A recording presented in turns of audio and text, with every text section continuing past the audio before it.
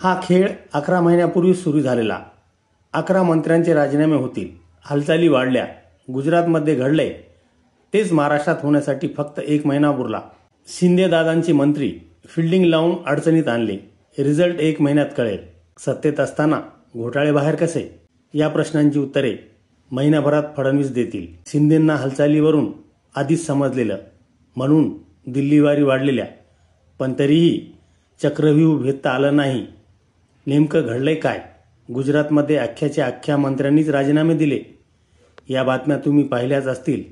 मात्र गुजरातमध्ये भाजपची सत्ता असताना असं काय घडलं की ज्यामुळे अख्ख्या मंत्र्यांनी राजीनामे दिले? कारण समोर आलं, भाजपची पॉलिसी. गुजरातमधील सरकारला 2.5 वर्षे पूर्ण झाली होती. ज्या मंत्र्यांचं कामकाज निराशाजनक होतं, ज्यांच्यावरती आरोप होते, भ्रष्टाचाराचे आरोप होते किंवा तळ्यात मळ्यात अवस्था होती, ऑडिट केलं आणि ते रेड झोनमध्ये आले. त्यानंतर त्यांचे घेतले राजीनामे. अशा बातम्या होत्या. आता महाराष्ट्रातही हेच होईल सांगण्यासाठी गुजरातचा आयटम बॉम्ब हा महत्त्वाचा ठरला. गुजरातमध्ये मुख्यमंत्री भूपेंद्र पटेल यांच्या नेतृत्वाखालील सरकारने सर्व 16 मंत्र्यांचे राजीनामे घेत राजकीय भूकंप घडवल्यानंतर आता शेजारच्या महाराष्ट्रातही मंत्रिमंडळ बदलाची चर्चा सुरू झाली.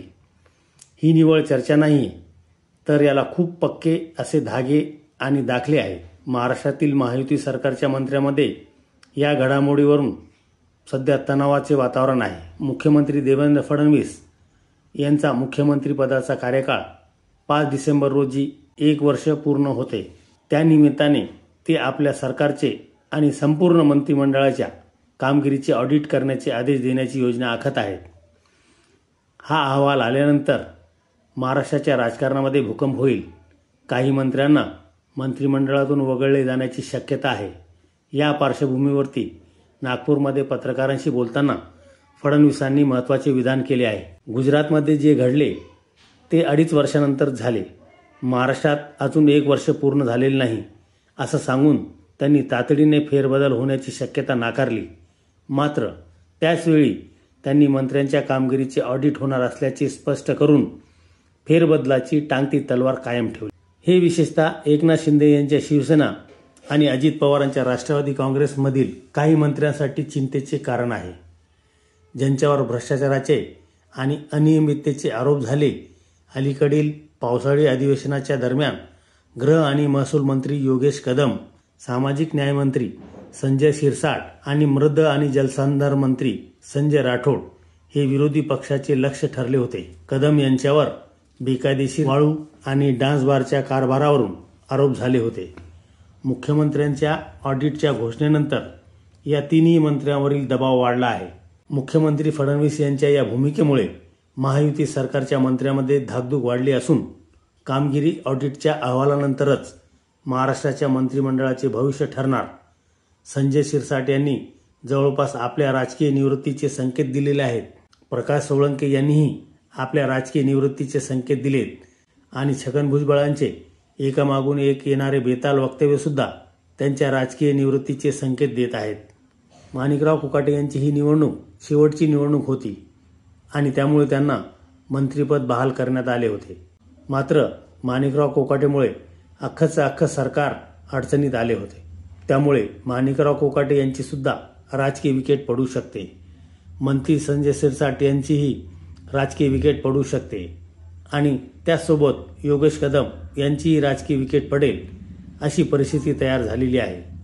याला बक्कळ असे झालेले आरोप आहेत. या सगळ्या आरोपांच्या फैरीतून बाहेर पडणे एवढे सोपे नसणार आणि त्यामुळे प्रश्न तयार झाले होते की नेमके सत्तेत असताना आणि भाजपसारखा पक्ष सोबत असताना या आमदार आणि मंत्र्यांवर घोटाळ्यांचे आरोप होत आहेत कसे? यांच्या घोटाळ्याच्या फाईल बाहेर काढते कोण? यांचे प्रायव्हेट व्हिडिओ लीक होत आहेत कसे? या प्रश्नांची उत्तरे कदाचित महिन्याभरात फडणवीस देतील. असं म्हटलं जाते, ज्यावेळी सीधी उंगली से घी नहीं निकलता तब उंगली टेढ़ी करनी पड़ती है. अगदी तसंच कदाचित होऊ शकतं. शिंदेचे असो किंवा अजित पवारांचे मंत्री असो, यांना अडचणीत आणण्यामागे भाजपचा हाच बी प्लॅन ॲक्टिव्ह असावा. 1 वर्ष, 1.5 वर्ष किंवा 2 वर्ष झाल्यानंतर मंत्रिमंडळात फेरबदल करता यावा. ज्यांना संधी मिळाली नाही त्यांना संधी देता यावी आणि यांना राजीनामे का घेतले यासाठी कारणेही देता यावीत. यासाठीच ही काही महिन्यापासून फिल्डिंग लागली होती का असा प्रश्न निर्माण झाला.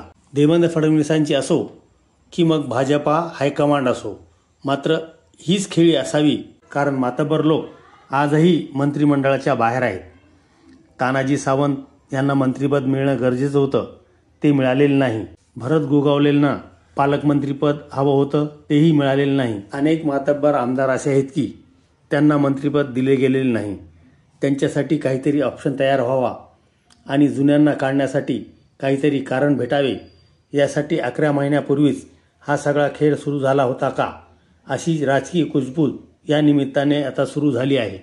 भाजपने सध्याचा चक्रव्यूह तयार केला ते शिंदे आणि अजित पवारांना भेदण्यासाठीच. राजकारणात कधीच कोणी कोणाचा सख्खा नसतो हे देवेंद्र फडणवीस यावेळीही सिद्ध करणार आहेत का? अजित पवारांना पक्षाची ताकद वाढवायची, मात्र अजित पवारांचे अनेक लोक फुटत चालले. निलेश घायवळ पासपोर्ट प्रकरणी योगेश कदम अडचणीत येणे, पुणे पोलिसांनी शेवटपर्यंत माघार न घेणे, नंतर राम शिंदे यांच्यावरती काही प्रमाणात आरोप होणे, मात्र त्याही आरोपांचा राम शिंदेकडून खंडन होणे आणि पुणे पोलिसांनी सुद्धा आपले स्टेटमेंट फिरवणे, या सगळ्या गोष्टी सांगतात योगेश कदम कुठे ना कुठे चुकलेच होते का, असे प्रश्न तयार झालेले आहेत.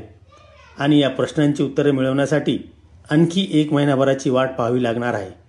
जर राजकीय सत्ता बदल, मंत्रिमंडळामध्ये काही बदल झाला तर तो बदल अभूतपूर्व असणार आहे. स्थानिक स्वराज्य संस्थांच्या निवडणुकीमध्ये गणेश नाईक आणि एकनाथ शिंदे यांच्यात जुंपलेली दिसते. इकडे पुण्यात रवींद्र धंगेकर आणि मुरलीधर मोहोळ यांच्यामध्ये जुंपलेली दिसते. तिकडे बीडमध्ये विचार केला तर प्रकाश सोळंके, विजयसिंह पंडित, आणि इकडे अपोजिटला पंकजा मुंडे, धनंजय मुंडे, छगन भुजबळ यांच्यामध्ये जुंपलेली दिसते. सध्या सत्ताधारीच एकमेकांना भिडताना दिसत आहेत. संजय गायकवाड यांची कुस्ती, त्यांची बॉक्सिंग, या सगळ्याच गोष्टी ज्या आहेत त्या येणाऱ्या 1 महिन्यामध्ये नेमके काय रिझल्ट घेऊन येतात हे पाहणे औत्सुक्याचे ठरणार आहे. हे राजकारण 360 डिग्रीत फिरणार एवढं नक्की. याबाबत तुम्हाला काय वाटतंय? कमेंट सेक्शनमध्ये जरूर कळवा.